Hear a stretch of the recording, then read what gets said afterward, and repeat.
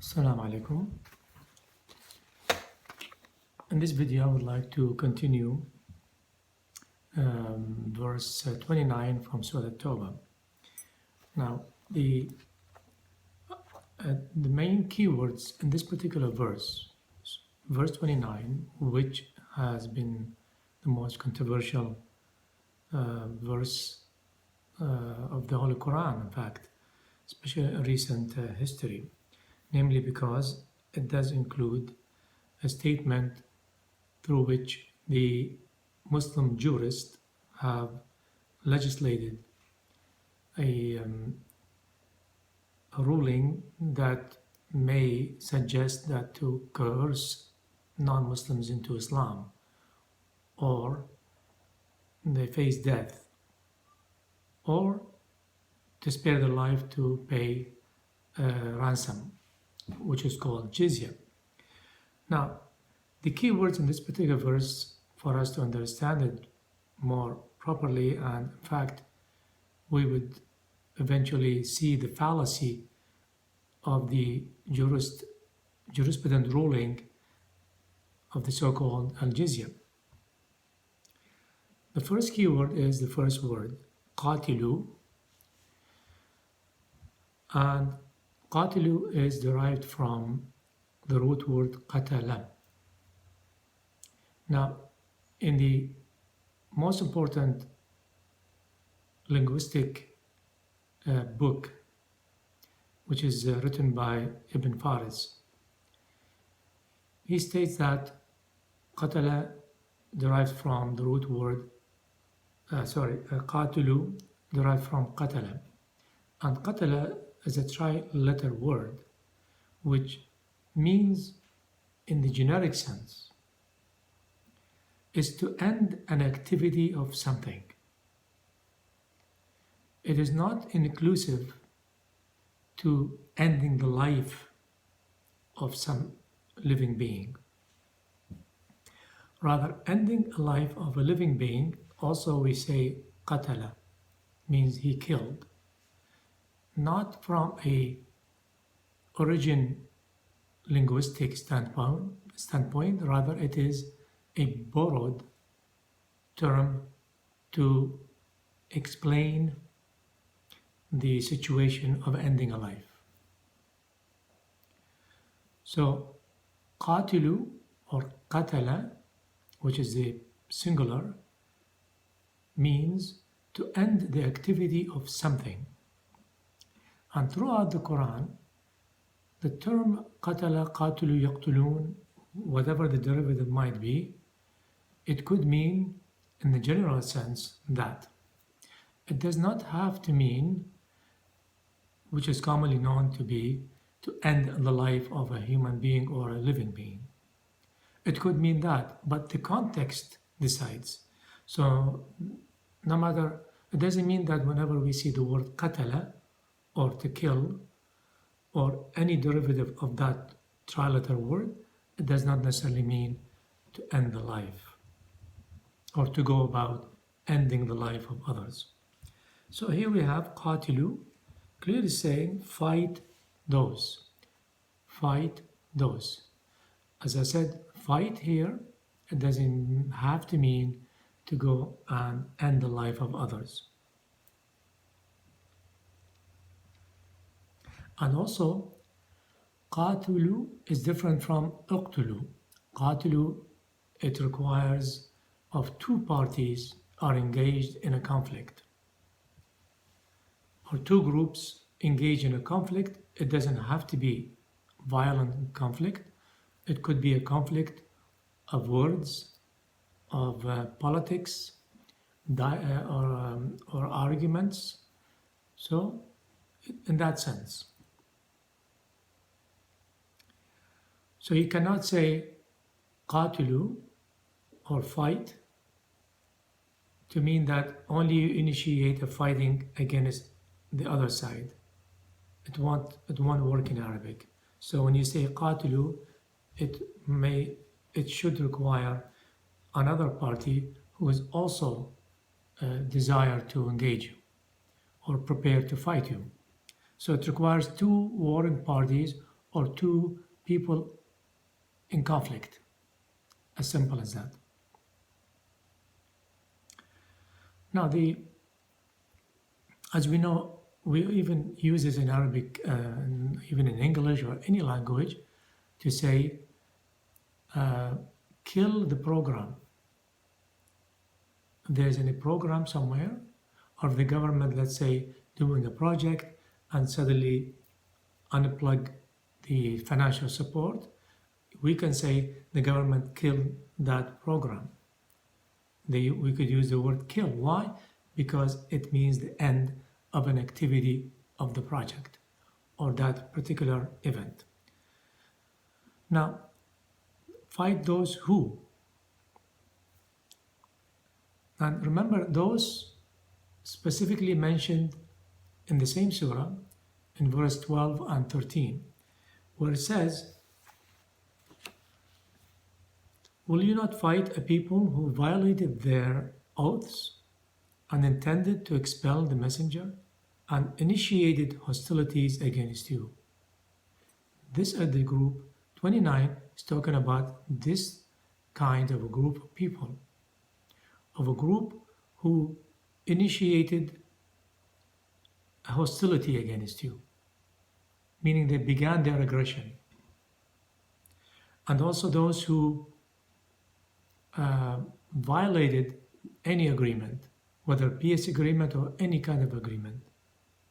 And also they attempted to deport, to basically kick out the messenger and his followers. Now, these kind of people that verse 29 is talking about, so it's a very serious offenses. Find those who do not believe in Allah. Obviously, those who do not respect any agreement, do not honor their oath, their covenants, and those who desire to drive out from their homelands a messenger or any individual who is really pursuing a good message for the human rights, for goodness, for justice, and so on. And you see another group who would absolutely commit a crime against this kind of cause. And they initiate aggression. And so this group, in verse 29, is telling us that they do not believe in God. Obviously, when they commit these kind of atrocities, obviously they're not believers in God. Now, what does that mean, they're not believers in God? Does that sound like they're not Muslims? Not at all. Where the Quran tells us exactly what really God represents in the real world. As we know, God could be a concept, as religion suggests. And unfortunately, it remains as such. But really, the Quran explained to us what God is in reference to our life, to the real world we live in. We can't see God, we can't feel God. He's not a physical being. So how can we connect to God in this case? The answer is very simple. The Quran itself tells us what God is. How can we relate to God? The Quran says, Allah huwa al-haq. Two words. Allah is the truth. The truth across the board, in all aspects of life. So if you pursue the truth in every aspect of life, you are actually believing in God. Because the truth is a manifestation of God. So when you pursue and fight for what the manifestation stands for, then you are indirectly believing in God. Otherwise, you do not believe in God. What do we do in this case? We fight them because they declared conflict with those who call for goodness, for the truth.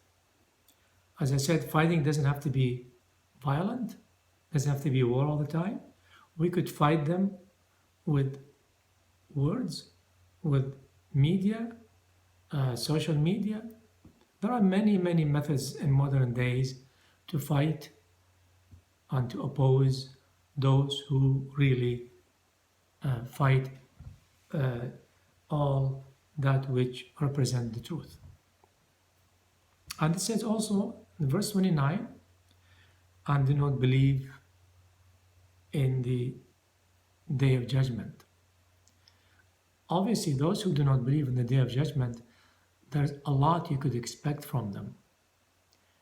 They don't believe in accountability, so there is nothing stops them from really committing atrocities, committing crimes when they get the chance, when they are in position of exercising their evil intentions, because they don't believe in accountability, they don't believe on the day of judgment.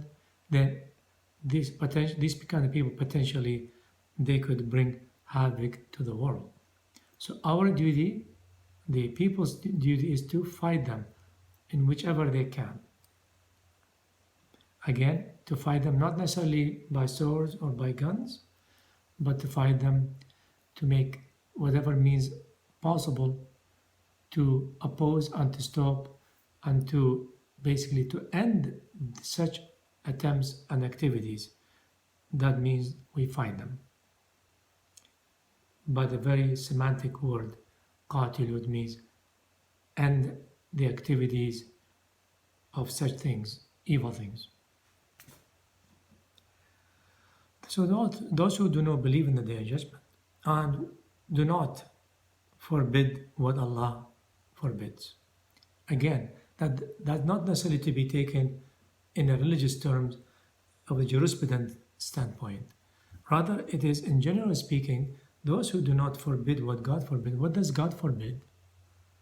It's very simple. The Quran lists for us more than 14 items from Moses' time until Prophet Muhammad's time, peace be upon them all. There is forbids murdering innocent people, forbids various things, and those who do not make any attempts to forbid, we should fight them. Again, not necessarily by sword, not necessarily by guns. We could probably organize ourselves in a way that we could probably slow down their efforts. We intend, or we at least hope, to end their campaign of these evil doings. So we have a group of people who committed a crime, who initiated aggression, who disrespected their covenants or their treaties, their agreements. These kind of people are potentially dangerous. They could actually bring a lot of damage and havoc, whether directly or indirectly. So society's obligation is to fight them. Now, in this particular verse, it talks about to fight these kind of people, but if it gets too extreme and they bring about damage and havoc and conflict and war and violence, then we fight them, of course, accordingly. If they use weapons, then we could also counter back. But I'll keep this for next video. For now, I'll leave you at this note. Thank you. Assalamu alaikum.